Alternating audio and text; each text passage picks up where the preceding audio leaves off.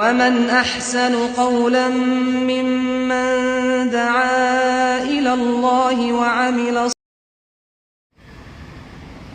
আসসালামু আলাইকুম ওয়া রাহমাতুল্লাহ। গ্রাম এবং শহর দুইটা একসাথে। সাধারণত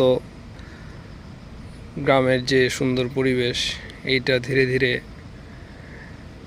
হারিয়ে যায় এবং শহরের চাকচিক্যময় জীবন শুরু হয়, কিন্তু এখানে গ্রাম এবং শহর দুইটা একসাথে।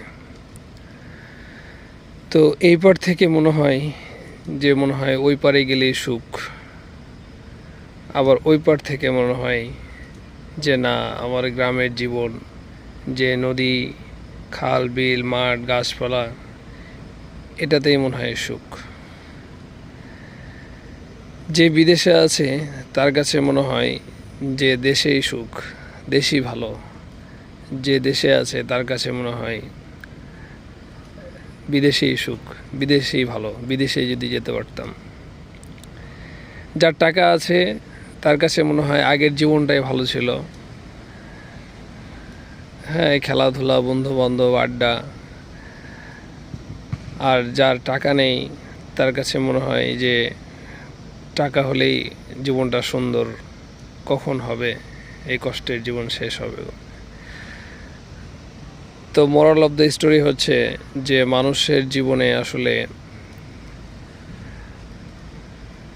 মানুষ তার নিজ নিজ জায়গা থেকে কেউই সুখী না, সবাই অসুখী। মূলত দুনিয়াটাই হচ্ছে একটা পরীক্ষার জায়গা।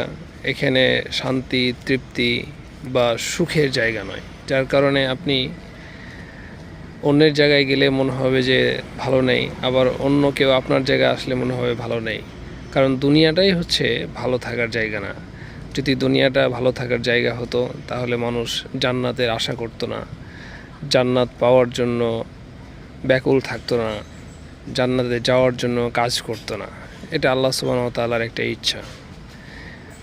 আলটিমেট শান্তি, প্রশান্তি বা আমরা যেগুলো অপছন্দ করি সব কিছুই এক জায়গায় একসাথে পাবেন শুধুমাত্র জান্নাতে। আল্লাহুম্মা ইন্নী আসআলুকাল জান্নাহ।